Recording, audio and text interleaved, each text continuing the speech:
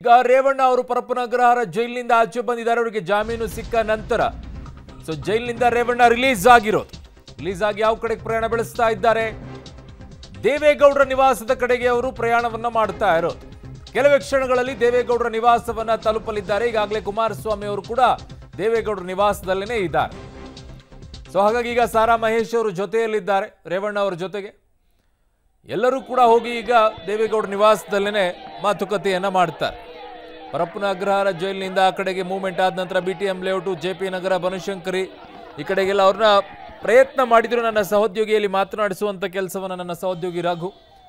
ಮಾತನಾಡಿದಂಥ ಸಂದರ್ಭದಲ್ಲಿ ಕೈ ಮುಗಿದ್ರು ಅಷ್ಟೇ, ಆಮೇಲೆ ಅದಕ್ಕೇನು ಪ್ರತಿಕ್ರಿಯೆಯನ್ನ ಕೊಡಲಿಲ್ಲ.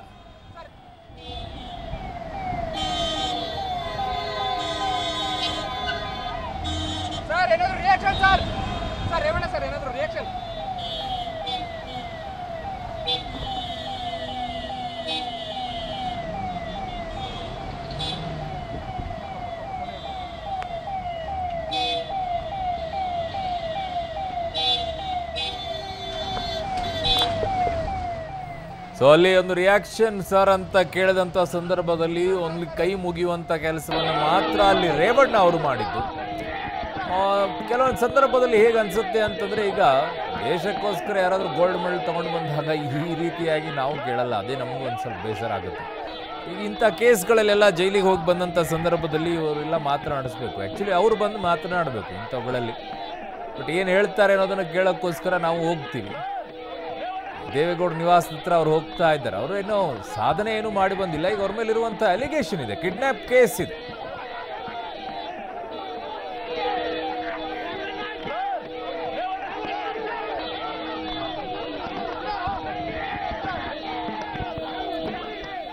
ನನ್ನ ಇಬ್ಬರು ಸಹೋದ್ಯೋಗಿಗಳು, ಒಂದು ಕಡೆಗೆ ಮಾದೇಶ್, ಇನ್ನೊಂದು ಕಡೆಗೆ ಶ್ರೀನಿವಾಸ್, ಇಬ್ಬರು ಕೂಡ ನನ್ನ ನೇರ ಸಂಪರ್ಕಕ್ಕೆ ಸಿಗ್ತಾ ಇದ್ರು. ಒಬ್ಬರು ಬಸವನಗುಡಿಯಲ್ಲಿರುವಂಥ ನಿವಾಸದ ಬಳಿ, ಇನ್ನೊಬ್ಬರು ಪದ್ಮನಾಭನಗರದಲ್ಲಿರುವಂಥ ದೇವೇಗೌಡ ನಿವಾಸದ ಬಳಿ ಇದ್ದಾರೆ. ಮೊದಲನೇದಾಗಿ ಶ್ರೀನಿವಾಸ್, ಪದ್ಮನಾಭನಗರದಲ್ಲಿರುವಂಥ ದೇವೇಗೌಡರ ನಿವಾಸದಲ್ಲಿ ಯಾವ ರೀತಿಯಾಗಿ ಈಗ ಬ್ಯಾರಿಕೇಡ್ಗಳನ್ನು ಹಾಕಿ ಪೊಲೀಸರು ಸಿದ್ಧತೆಯನ್ನ ಮಾಡಿಕೊಂಡಿದ್ದಾರೆ? ಶ್ರೀನಿವಾಸ್. ಅರುಣ್, ರೇವಣ್ಣ ಅವರು ಬಹುಶಃ ದೇವೇಗೌಡರ ನಿವಾಸಕ್ಕೆ ಬರಬಹುದು ಅನ್ನುವಂಥ ನಿಟ್ಟಿನಲ್ಲಿ ಇಲ್ಲಿನ ಸಿದ್ಧತೆಗಳು ಆಗ್ತಿರುವಂಥದ್ದು ನಾನು ದೃಶ್ಯಗಳಲ್ಲಿ ತೋರಿಸ್ತಾ ಇದ್ದೀನಿ. ಪದ್ಮನಾಭನಗರ ನಿವಾಸ ಹೆಚ್ಚುವರಿ ಪೊಲೀಸರ ಭದ್ರತೆಯನ್ನು ಮಾಡಿಕೊಂಡಿದ್ದಾರೆ. ಈಗ ದೇವೇಗೌಡರ ನಿವಾಸಕ್ಕೆ ಲಾಯರ್ ಕೂಡ ಬಂದಿದ್ದಾರೆ, ನೀವು ದೃಶ್ಯಗಳಲ್ಲಿ ನೋಡ್ತಾ ಇದ್ದೀರಾ. ಅದಲ್ಲದೆ ಹೆಚ್ಚುವರಿಯಾಗಿ ಪೊಲೀಸರ ಭದ್ರತೆಯನ್ನು ನಿಯೋಜನೆ ಮಾಡಿಕೊಳ್ಳಲಾಗಿದೆ.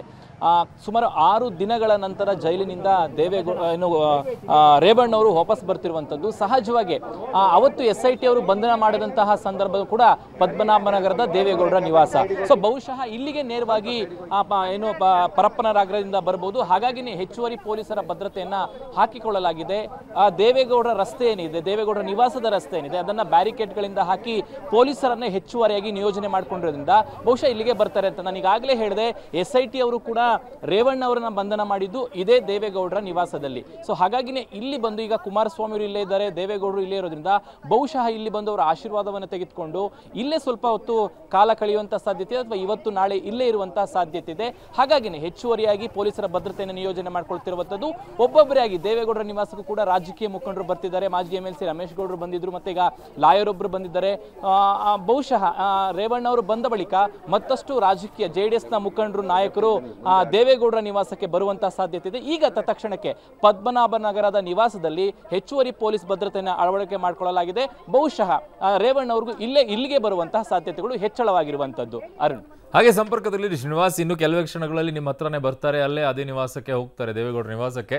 ಹಾಗೆ ಸಂಪರ್ಕದಲ್ಲಿ ಇನ್ನು ಮಾದೇಶ್, ಬಸವನಗುಡಿಯಲ್ಲಿರುವಂತಹ ಅವರ ನಿವಾಸದಲ್ಲಿ ಯಾವ ರೀತಿಯಾಗಿದೆ? ನೀರವ ಮೌನ ಆವರಿಸಿದೆಯಾ? ಅಲ್ಲಿ ಕಾರ್ಯಕರ್ತರು ಯಾರಾದರೂ ಜಮಾಯಿಸಿದಾರಾ? ಪೊಲೀಸರು ಏನಾದರೂ ಬ್ಯಾರಿಕೇಡ್ಗಳನ್ನು ಹಾಕಿ ಭದ್ರತೆಯನ್ನ ಕೊಟ್ಟಿದ್ದಾರೆ? ಹೇಗೆ?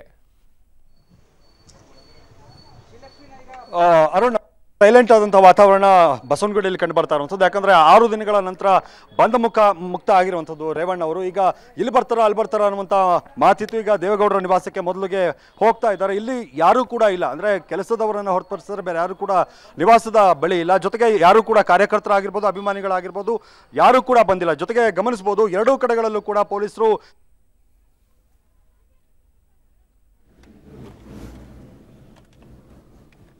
ಓಕೆ, ಮತ್ತೆ ಸಂಪರ್ಕಿಸುವಂತ ಕೆಲಸವನ್ನ ಮಾಡ್ತೀವಿ ಮಾದೇಶ್. ಇನ್ನು ಕೆಲವೇ ಕ್ಷಣಗಳಲ್ಲಿ ಈಗ ದೇವೇಗೌಡರ ನಿವಾಸಕ್ಕೆ ತಲುಪ್ತಾರೆ ರೇವಣ್ಣ ಅವರು. ಸೊ ಅಲ್ಲಿ ವಕೀಲರು ಕೂಡ ಆಗಮಿಸಿದ್ದಾರೆ ಅನ್ನೋದಿದೆ. ಇನ್ನೊಂದು ಕಡೆಗೆ ಕುಮಾರಸ್ವಾಮಿ ಅವರು ಕೂಡ ಇದ್ದಾರೆ. ಮಗದೊಂದು ಕಡೆಗೆ ರೇವಣ್ಣ ಅವ್ರ ಜೊತೆಗೇನೆ ಸಾರಾ ಮಹೇಶ್ ಅವರು ಕೂಡ ಜೊತೆಗೆ ಬಂದಿದ್ದಾರೆ.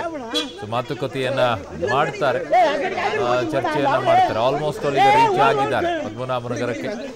ಕಾರಣ ಕ್ರಾಸ್ ಆದ್ರು ಅವರು ದೇವೇಗೌಡರ ಪೆಟ್ರೋಲ್ ಬಂಕ್ ಇಂದ ಕ್ರಾಸ್ ಆಗಿ ದೇವೇಗೌಡರ ಮನೆ ಕ್ರಾಸ್ ಏನಿದೆ, ದೇವೇಗೌಡರ ಮನೆ ಈಗ ರೇವಣ್ಣ ಅವರು ತಲುಪಿದ್ದಾರೆ.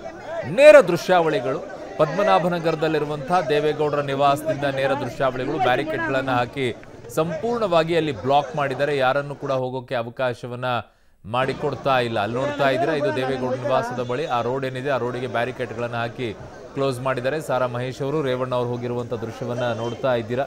ಸೊ ಅವ್ರನ್ನ ನನ್ನ ಸಹೋದ್ಯೋಗಿಗಳು ಪರಪ್ಪನ ಅಗ್ರಹಾರದಿಂದಲೂ ಕೂಡ ಚೇಸ್ ಮಾಡಿಕೊಂಡೇ ಬಂದರು. ಅಲ್ಲಿಂದಲೂ ನಡುವೆ ಮಧ್ಯದಲ್ಲಿ ಮಾತನಾಡಿಸುವಂಥ ಪ್ರಯತ್ನವನ್ನು ಕೂಡ ಮಾಡಿದರು, ಆದರೆ ರಿಯಾಕ್ಟ್ ಮಾಡಲಿಲ್ಲ ಎಲ್ಲೂ ಕೂಡ. ಸೊ ಸದ್ಯಕ್ಕೆ ಎಲ್ಲವೂ ಕೂಡ ಕುಲಂಕುಷವಾಗಿ ಮಾತುಕತೆಯನ್ನು ಮಾಡ್ಕೊಂಡು ಅದಾದ ನಂತರ ರಿಯಾಕ್ಟ್ ಮಾಡಬಹುದೇನೋ ಗೊತ್ತಿಲ್ಲ. ಕಾರಣ 10-11 ದಿನ ಆಯ್ತು ಅವರು 4 ದಿನ ಪೊಲೀಸ್ ಕಸ್ಟಡಿಯಲ್ಲಿದ್ದು, ಅದಕ್ಕಿಂತಲೂ ಒಂದಿನ ಬಿಫೋರ್ ಕಸ್ಟಡಿಯಲ್ಲೇ ಇದ್ರು. ಸೊ ಹಾಗಾಗಿ ಅಲ್ಲೊಂದು 4-5 ದಿನ ಆಗೋಯ್ತು. ಅದಾದ ನಂತರ ನ್ಯಾಯಾಂಗ ಬಂಧನಕ್ಕೆ ಅವ್ರನ್ನ ಕೊಟ್ಟಿದ್ರು. ಅದು 6 ದಿನ ಕಳೆದೋಗಿದೆ. ಇವತ್ತಿಗೆ ಆಲ್ಮೋಸ್ಟ್ ಅಲ್ಲಿ 7 ದಿನ. ಸೊ ಹಾಗಾಗಿ ಅಲ್ಲಿ 11 ದಿನಗಳವರೆಗೂ ಕೂಡ ಅವರು ಪೊಲೀಸ್ ಕಸ್ಟಡಿ ಮತ್ತು ನ್ಯಾಯಾಂಗ ಬಂಧನ ಎರಡನ್ನೂ ಕೂಡ ಆಗಿತ್ತು. 10-11 ದಿನಗಳ ನಂತರ ಅವರು ವಾಪಸ್ ಇದೇ ದೇವೇಗೌಡರ ನಿವಾಸದಿಂದನೇ ಅವ್ರನ್ನ ಕರ್ಕೊಂಡು ಹೋಗಿದ್ದಿದ್ದು. ಇಲ್ಲಿಂದನೇ ಹೋಗಿದ್ರು ಅವರು. ಇಲ್ಲಿಗೆ ಈಗ ವಾಪಸ್ ಬರ್ತಾ ಇದ್ದಾರೆ ಜೈಲಿಗೆ ಹೋಗಿ. ಪೊಲೀಸ್ ಕಸ್ಟಡಿ, SIT ಕಸ್ಟಡಿಗೆ ಹೋಗಿ, ಅದಾದ ನಂತರ ಜೈಲಿಗೆ ಹೋಗಿ, ಅದಾದ ನಂತರ ಈಗ ದೇವೇಗೌಡರ ನಿವಾಸಕ್ಕೆ ಬಂದಿದ್ದಾರೆ. ಇದೇ ದೇವೇಗೌಡರ ನಿವಾಸದಿಂದನೇ ಅವರನ್ನು ಕರೆದುಕೊಂಡು ಹೋಗಿದ್ರು SIT ಅವರು. ಅವತ್ತು ನಿರೀಕ್ಷಣಾ ಜಾಮೀನು ಅರ್ಜಿ ವಜಾ ಆದ ನಂತರ ಅವರನ್ನು ರಾತ್ರಿ 7 ಗಂಟೆಯಿಂದ 8 ಗಂಟೆವರೆಗೂ ನಡೆದಂತಹ ಡ್ರಾಮಾ ಏನಿತ್ತು, ಸರ್ಕಸ್ಸು, ಕಾರಣ 20 ನಿಮಿಷ ಬಾಗಿಲನ್ನು ಬಾರಿಸ್ತಾ ನಿಂತ್ಕೊಂಡಿದ್ರು SIT ಅಧಿಕಾರಿಗಳು. ಆಮೇಲೆ ಫೈನಲಿ ಬಂದಿರಲಿಲ್ಲ. ಆಮೇಲೆ ಕೊನೆಯದಾಗಿ ಬಂದರು. ಆಮೇಲೆ ಅವ್ರನ್ನ ಕರ್ಕೊಂಡು ಹೋದರು. ಅದಾದ ನಂತರ ಅವ್ರನ್ನ ನ್ಯಾಯಾಧೀಶರ ಮುಂದೆ ಹಾಜರುಪಡಿಸಿದರು. 4 ದಿನ ಪೊಲೀಸ್ ಕಸ್ಟಡಿಯಲ್ಲಿ ನ್ಯಾಯಾಧೀಶರು ಕೊಟ್ಟರು. ಅದಾದ ನಂತರ ಮತ್ತೆ ಕೇಳಿಕೊಂಡ್ರು. ಅದಾದ ನಂತರ 7 ದಿನ ನ್ಯಾಯಾಂಗ ಬಂಧನ ಆಗಿತ್ತು.